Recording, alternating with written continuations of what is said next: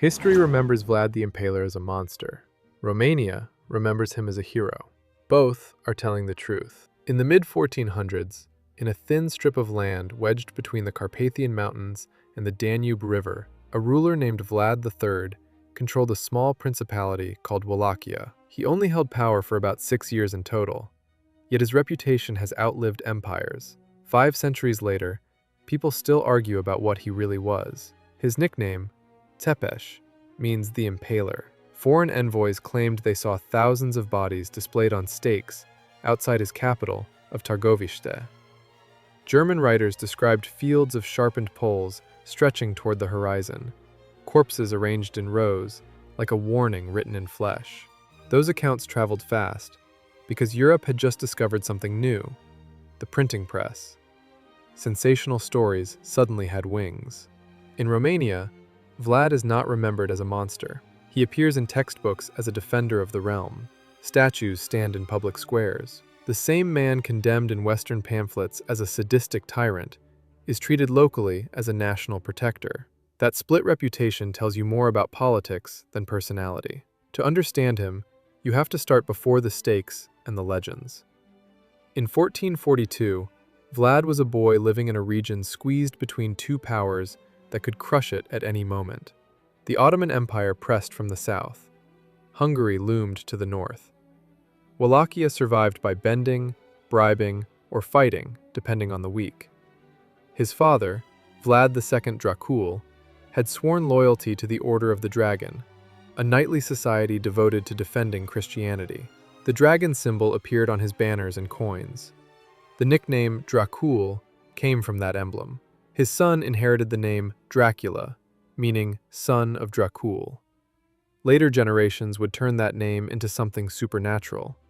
At the time, it was political branding. When Vlad was 11, he and his younger brother Radu were handed to the Ottomans as hostages to guarantee their father's loyalty. They spent years inside Ottoman courts, surrounded by soldiers, scholars, and the constant reminder that their lives were insurance policies.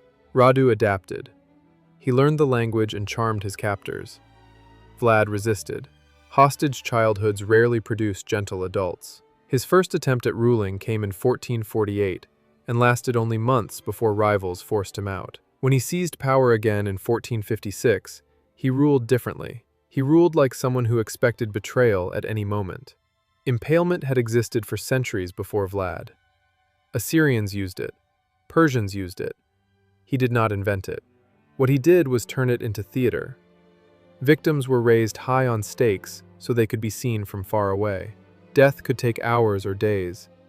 The suffering was the point, because the message traveled faster than any messenger. In 1459, he invited rival nobles to a feast. Many left in chains.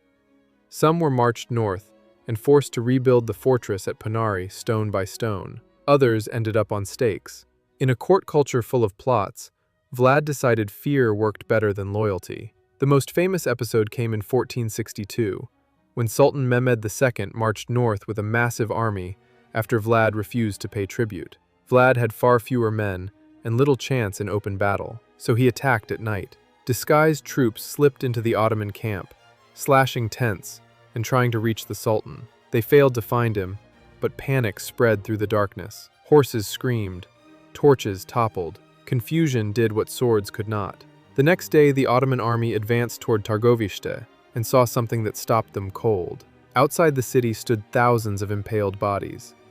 Some reports claimed 20,000. Even if that number is exaggerated, the sight clearly shook them. Mehmed eventually withdrew. Vlad had lost territory, but he had proved a point. Terror could be a weapon. Most of the horror stories about Vlad come from pamphlets printed in German cities during the 1460s. They describe him boiling people alive and nailing hats to ambassadors' heads. Those stories did not appear in a vacuum. Saxon merchants in Transylvania had economic disputes with him after he restricted their trade. Political enemies had reasons to paint him as a madman.